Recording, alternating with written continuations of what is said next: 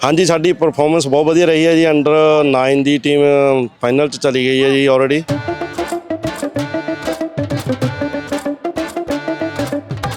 Australia ਸਿੱਖ ਖੇਡਾਂ ਚੰਨ ਮੈਨੂੰ ਲਿਆਈ ਵਿਖਾ ਕੇ। ਪਰ ਮੁੰਡਾ ਕਹਿੰਦਾ ਤੇਰੀ ਹਰ ਕਰੀਜ ਪਗਾਉਂ, ਸਿੱਖ ਖੇਡਾਂ ਤੇ ਲੈ ਕੇ ਜਾਉਂ।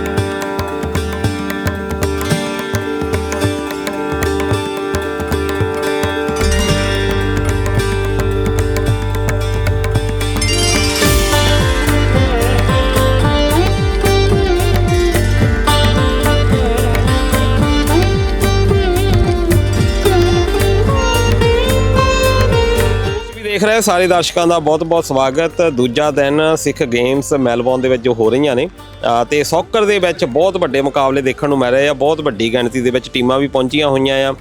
ਕੁਆਟਰ ਫਾਈਨਲ ਅੱਜ ਚੱਲ ਰਹੇ ਆ ਤੇ ਕਾਫੀ ਮੁਕਾਬਲਾ ਇੱਥੇ ਟੀਮਾਂ ਦੇ ਵਿੱਚ ਦੇਖਣ ਨੂੰ ਮਿਲ ਰਿਹਾ ਹੈ। ਤੇ ਆਪਣੇ ਨਾਲ ਲੋਗਨ ਕਮਿਊਨਿਟੀ ਸਪੋਰਟਸ ਕਲੱਬ ਤੋਂ ਅਹੁਦੇਦਾਰ ਆਪਣੇ ਨਾਲ ਨੇ। ਸਭ ਤੋਂ ਪਹਿਲਾਂ ਸਵਾਗਤ ਕਰਦੇ ਹਾਂ। ਸਤਿ ਸ਼੍ਰੀ ਅਕਾਲ ਜੀ ਸਾਰਿਆਂ ਨੂੰ ਵੀਰਾਂ ਨੂੰ। ਸਾਰਿਆਂ ਦਾ ਬਹੁਤ ਬਹੁਤ ਧੰਨਵਾਦ ਜੀ। ਜੀ ਤੇ ਤੁਸੀਂ ਬ੍ਰਿਸਬੇਨ ਤੋਂ ਇੱਥੇ ਆਏ ਹੋ ਕਿ ਪਹਿਲਾਂ ਤਾਂ ਇਹ ਦੱਸੋ ਵੀ ਕਿੱਦਾਂ ਮੈਲਬੋਰਨ ਦਾ ਰਾਸ ਆ ਗਿਆ ਵੈਦਰ, ਕਿਉਂਕਿ ਵੈਦਰ ਆਪਣਾ ਤਾਂ ਸਟੇਬਲ ਜਿਹਾ ਰਹਿੰਦਾ, ਇੱਥੇ ਦਾ ਕਿੱਦਾਂ?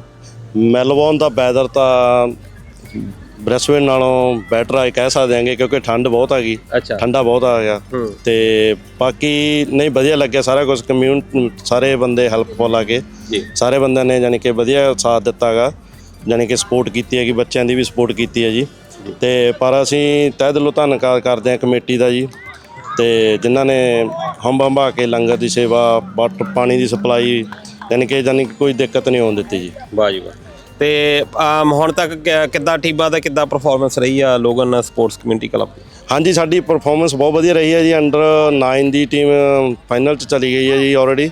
ਅੱਛਾ। ਤੇ ਅੰਡਰ 15 ਦੀ ਕੁਆਟਰ ਫਾਈਨਲ 'ਚ ਚਲੀ ਗਈ ਹੈ ਜੀ। ਤੇ ਅੰਡਰ 17 ਦੀ ਸਟਿਲ ਹਜੇ ਚੱਲ ਰਹੀ ਹੈਗੀ, ਉਹਨਾਂ ਕੁਆਟਰ ਫਾਈਨਲ ਹੋ ਕੇ ਹਟਿਆ ਹੁਣੇ। ਅੱਛਾ। ਤੇ ਹਾਂਜੀ ਦੇਖੋ ਹੁਣ ਰਿਜ਼ਲਟ ਆਇਆ ਤੋਂ ਪਤਾ ਲੱਗਣਾ ਜੀ ਅੰਡਰ 17 ਦਾ। ਚਲੋ ਜੀ। ਹਾਂਜੀ ਹਾਂ। ਤੇ ਕਬੱਡੀ ਦਾ ਸਾਡੀ ਦਾ ਚੱਲਣਾ 1 ਵਜੇ ਮੈਚ ਜੀ, ਉਹ ਵੀ ਸੈਮੀ ਫਾਈਨਲ ਦਾ। ਅੱਛਾ। ਹਾਂਜੀ ਹਾਂ, ਉਹ ਦੇਖਦੇ ਹਾਂ ਹੁਣ ਉਸ ਤੋਂ ਬਾਅਦ ਰਿਜ਼ਲਟ ਤੋਂ ਬਾਅਦ ਪਤਾ ਲੱਗੂਗਾ ਜੀ। ਜੀ ਤੇ ਗਰਾਊਂਡਾਂ ਕਾਫੀ ਦੂਰ ਦੂਰ ਹੈਗੀਆਂ ਆ ਤੇ ਕੋਈ ਪ੍ਰੋਬਲਮ ਤਾਂ ਨਹੀਂ ਆ ਰਹੀ ਬਹੁਤੀ?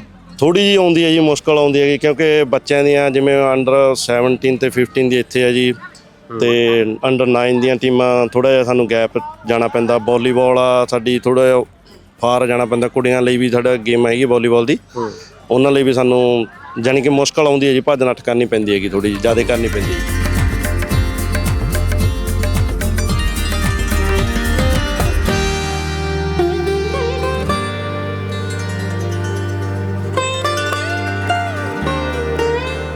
ਚਲੋ ਕੋਈ ਨਹੀਂ, ਕਹਿੰਦੇ ਹੁੰਦੇ ਆ ਵੀ ਧੁੱਪ ਧੂੜ ਧੱਕੇ ਜਿਹੜੇ ਜੜ ਸਕਦੇ, ਮੇਲਿਆਂ ਦੀ ਸੈਰ ਉਹੀ ਕਰ ਸਕਦੇ, ਇਹ ਸਮਝ ਲੈਂਦੇ ਆ। ਚਲੋ ਆਪਣੇ ਨਾਲ ਉੱਘੇ ਸ਼ਾਇਰ ਸੁਰਜੀਤ ਸੰਧੂ ਸਾਹਿਬ ਵੀ ਨਾਲ ਹੈਗੇ ਆ। ਇਹਨਾਂ ਨੇ ਸਿੱਖ ਗੇਮਸ ਦੇ ਉੱਤੇ ਗਾਣਾ ਵੀ ਲਿਖਿਆ। ਸੰਧੂ ਸਾਹਿਬ ਗੁਣਗੁਣਾ ਕੇ ਸੁਣਾਓ ਸਾਡੇ ਦੋਸਤਾਂ ਨੂੰ। ਵੈਸੇ ਤਾਂ ਮੈਨੂੰ ਉਮੀਦ ਹੈ ਕਿ ਸਾਰੇ ਆਪਣੇ ਸਿੱਖ ਕਮਿਊਨਿਟੀ ਨੇ ਉਹ ਗੀਤ ਸੁਣ ਹੀ ਲਿਆ ਹੋਣਾ, ਹੈ ਨਾ। ਇੱਕ ਦਿਲ ਦੀ ਤਮੰਨਾ ਵੀ ਸੀ ਵੀ ਸਿੱਖ ਖੇਡਾਂ 'ਤੇ ਕੁਛ ਲਿਖਿਆ ਜਾਵੇ, ਹੈ ਨਾ। ਹੁਣ ਪ੍ਰਵਾਨ ਵੀ ਕੀਤਾ। ਮੈਂ ਇੰਡੋਜ਼ ਟੀਵੀ ਦਾ ਵੀ ਧੰਨਵਾਦ ਕਰਦਾ, ਜਿਨ੍ਹਾਂ ਨੇ ਉਹਨੇ ਬੜੇ ਵਧੀਆ ਤਰੀਕੇ ਨਾਲ ਕਮਿਊਨਿਟੀ ਨੂੰ ਦੇ ਸਨਮੁਖ ਕੀਤਾ, ਹੈ ਨਾ।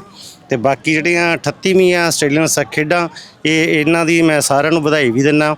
ਬਹੁਤ ਵਧੀਆ ਪ੍ਰਬੰਧ ਵੀ ਆ ਲੰਗਰਾਂ ਦੇ, ਕਲਚਰ ਸੈਂਟਰ ਦੇ, ਜਿਹੜਾ ਕਲਚਰ ਪ੍ਰੋਗਰਾਮ ਉਹਦੇ, ਕਬੱਡੀ ਦੇ, ਫੁੱਟਬਾਲ ਦੇ ਸਾਰੇ ਆ। ਜਾਣੀ ਕਿ ਵੀ ਸਾਰੇ ਸ਼ਹਿਰਾਂ ਤੋਂ ਹੀ ਹਮਾ ਕੇ ਇੱਥੇ ਖਿਡਾਰੀ ਪਹੁੰਚੇ ਆ ਵਿਦ ਪੇਰੈਂਟਸ, ਹੈ ਨਾ। ਮੈਂ ਅਕਸਰ ਹੀ ਗੱਲ ਕਰਦਾ ਨਾ, ਅੱਗੇ ਬੱਚੇ ਸਾਡੇ ਖਾਤਰ ਸਾਡੇ ਕਰਕੇ ਆਉਂਦੇ ਹੁੰਦੇ ਸੀਗੇ, ਹੁਣ ਅਸੀਂ ਬੱਚਿਆਂ ਕਰਕੇ ਆਉਂਦੇ ਇੱਥੇ, ਹੈ ਨਾ। ਅਤੇ ਮੈਂ ਸਾਰਿਆਂ ਨੂੰ ਵਧਾਈ ਦਿੰਦਾ, ਇੰਡੋਜ਼ ਟੀਵੀ ਨੂੰ ਜਿਹੜੇ ਇੰਨੀ ਵਧੀਆ ਕਵਰੇਜ ਕਰ ਰਹੇ ਆ, ਅਤੇ ਸਾਰਿਆਂ ਨੂੰ ਬਹੁਤ ਬਹੁਤ ਮੁਬਾਰਕਾਂ। ਅਤੇ ਗਾਣਾ ਤਾਂ ਤੁਸੀਂ ਹੁਣ ਮੈਂ ਤੁਹਾਨੂੰ ਸੁਣਾ ਨਹੀਂ ਸਕਦਾ। ਚਲੋ ਕੋਈ ਨਹੀਂ, ਕੁਛ ਵੀ ਸੁਣਾ ਦਿਓ, ਇੰਨੇ ਵਧੀਆ ਤੁਸੀਂ ਗੀਤਕਾਰ ਹੈਗੇ, ਕੁਛ ਵੀ। ਹਾਂਜੀ, ਤੇ ਦਰਸ਼ਕ ਸੁਣਨਾ ਚਾਹੁੰਦੇ ਆ। ਮੈਂ ਵੇਖ ਕੇ ਤੁਹਾਨੂੰ ਸੁਣਾ ਸਕਦਾ ਵਾਂ, ਹੈ ਨਾ।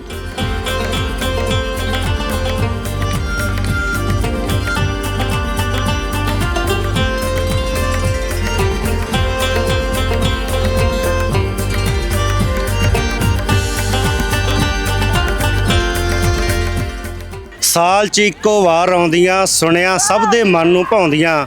ਈਸਟਰ ਹੌਲੀਡੇ 'ਚ ਲੋਕੀ ਜਾਂਦੇ ਹਮਾ ਕੇ, ਆਸਟ੍ਰੇਲੀਆ ਸਿੱਖ ਖੇਡਾਂ ਚੰਨ ਮੈਨੂੰ ਲਿਆਈ ਵਿਖਾ ਕੇ।